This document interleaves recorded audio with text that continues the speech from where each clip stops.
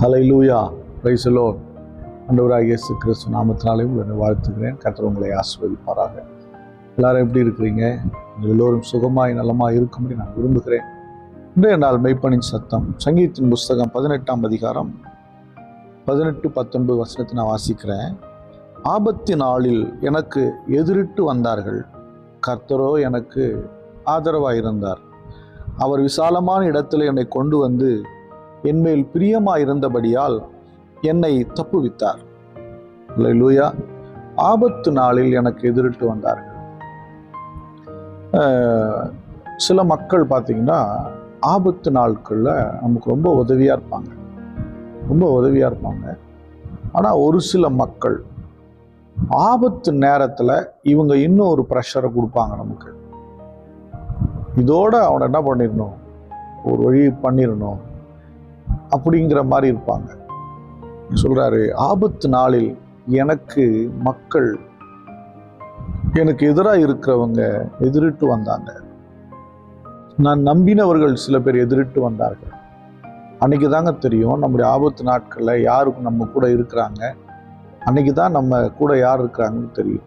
ஆனால் சில பேர் ஆபத்து நாட்களில் நிற்க மாட்டாங்க. நமக்கு எதிராக என்ன காரியம் செய்யணும், எதிராக எந்த துரோகம் செய்யணும்னு சொல்லி யோசிச்சுட்டே இருப்பாங்க. ஆனால் இங்கே சொல்லுகிறது, மனுஷனுடைய செயலாம் அப்படி தான் இருக்குது, ஆனால் கர்த்தர் எனக்கு ஆதரவாக இருந்தார், கர்த்தர் எனக்கு ஆதரவாக இருப்பார். அன்பு தேவனுடைய பிள்ளையே, உங்கள் ஆபத்து நாளில் உங்களுக்கு உதவி செய்யாமல் உங்களை ஏளனப்படுத்துகிறாங்களா? உங்கள் ஆபத்து நாளில் உங்களுக்கு விரோதமாக மேலும் பிரச்சனையை கொண்டு வந்து வைக்கிறாங்களா? கவலைப்படாதீங்க, கர்த்தர் உங்களுக்கு ஆதரவாக இருப்பார். அது மட்டும் இல்லாமல், நீங்கள் இப்படிப்பட்ட சூழ்நிலை இருக்கும்போது ரொம்ப இக்கட்டான நிலைமைக்கு வந்துட்டீங்க, கஷ்டமான சூழ்நிலைக்கு வந்துட்டீங்க, தொழில நஷ்டம் அடைஞ்சு போச்சு, ரொம்ப நெருக்கடியாக போயிட்டீங்க, இல்லை உங்கள் குடும்பம் சிதறி போன நிலைமையில் ஒரு நெருக்கடியான நிலையிலே வந்துட்டீங்க. சரி, இப்போ என்ன செய்யலாம் அப்படின்னா, நீங்கள் கர்த்தருக்கு பிரியமாக வாழ்ந்துருந்தீங்கன்னா, கர்த்தருக்கு பிரியமாக நீங்கள் வாழ்கிறீங்கன்னு சொன்னால் ரொம்ப நல்லா தெளிவாக தெரிஞ்சுக்கணும், அவர் உங்களை விசாலமான இடத்துக்கு கொண்டு போவார்.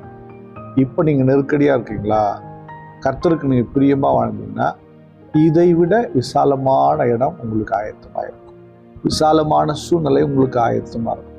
உங்கள் வாழ்க்கை விசாலமாய் அமையும். தேவனால்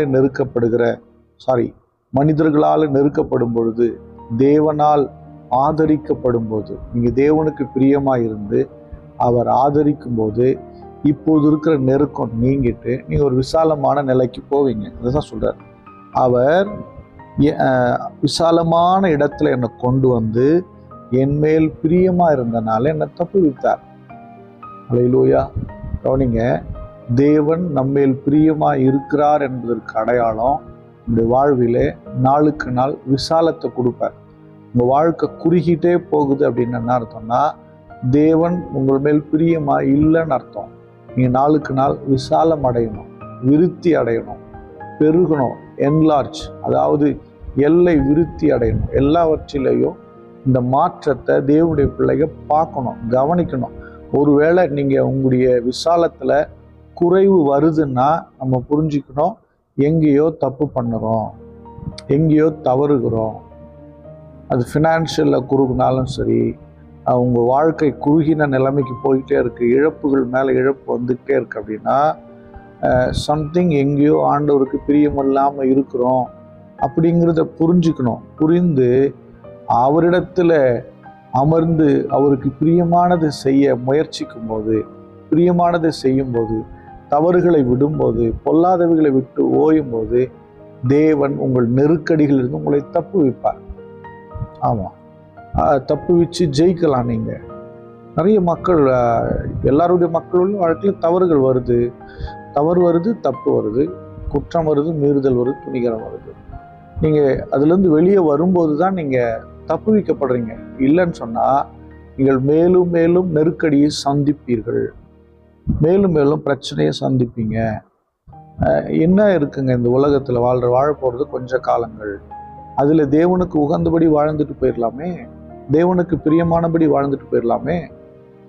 மனுஷனை பிரியப்படுத்த, இவங்களை பிரியப்படுத்த, அவங்கள பிரியப்படுத்தல, தேவனுக்கு பிரியமாக நான் வாழணுங்கிற ஒரு முடிவுக்கு ஒரு தேவனுடைய பிள்ளை வந்துருங்க. நீங்க அப்படி வந்துட்டீங்கன்னா உங்க நெருக்கடி எல்லாம் மாறிடும், உங்களுக்கு விசாலம் உண்டாகும். தேவன் நீங்கள் சந்திக்கிற பிரச்சனை உங்களை தப்புவிப்பார். நீங்கள் சந்திக்கிற வியாதியிலிருந்து உங்களை தப்புவிப்பார். நீங்கள் சந்திக்கிற போராட்டத்திலிருந்து உங்களை தப்புவிப்பார். தேவன் உங்கள் கூடவே இருந்து உங்கள் வாழ்க்கையில மாற்றத்தை நிச்சயம் உண்டாக்குவார். நம்ம எல்லாரும் ஸ்தோத்திரம் பண்ணுவோம். ஸ்தோத்திர ஆண்டவரே, நெருக்கத்தில் இருந்த எங்களை விசாலத்துல கொண்டு போகிறவரே ஸ்தோத்திரம். எங்கள் குறைகள், எங்கள் தவறுகள் ஏதோ இருக்கலாம், தயவாய் மன்னித்து உமக்கு பிரியமானவைகளை செய்து எங்கள் எல்லைகளை விசாலப்படுத்துவீராக, எங்களை தப்புவிப்பீராக. ஸ்தோத்திரம், ஸ்தோத்திரம், ஸ்தோத்திரம். பரிசுத்த பிதாவை உம்மை ஸ்தோத்திரிக்கிறோம். உடைய பிள்ளைகள் எந்த பாதைகளை கடந்து போகிறா நான் அறியேன் ஆண்டவரே. ஆண்டவரே, அநேக மக்கள் அந்த நாட்களில் கடன் பாரங்களிலே ஆண்டவரே பரிசுத்த வாழ்விலே நெருக்கடிகளை காண்கிறார்கள். குடும்ப வாழ்வில நெருக்கடிகளை காண்கிறார்கள். வாலிப பிள்ளைகள் ஆண்டவரை சிக்கிக்கொண்டு பொல்லாத இருளிலே சிக்கிக்கொண்டு இச்சைகளிலே சிக்கிக்கொண்டு தவிக்கிறதை பார்க்க முடிகிறது. எல்லாவற்றையும் மாற்றி ஆண்டவரே கர்த்தாவே விசால இடத்துல கொண்டு போய் தப்புவிக்கிற தேவனே, உடைய பிள்ளைகளை தப்புவிப்பீராக.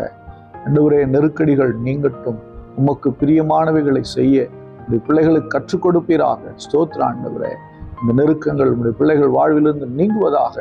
யாரெல்லாம் ஆண்டவரை கண்ணீரோட பாரத்தோடு பார்க்கிறார்களோ தேவரீர் மனம் இறங்கி அற்புதம் செய்வீராக.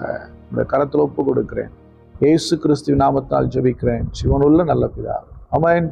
God bless you. Bye bye.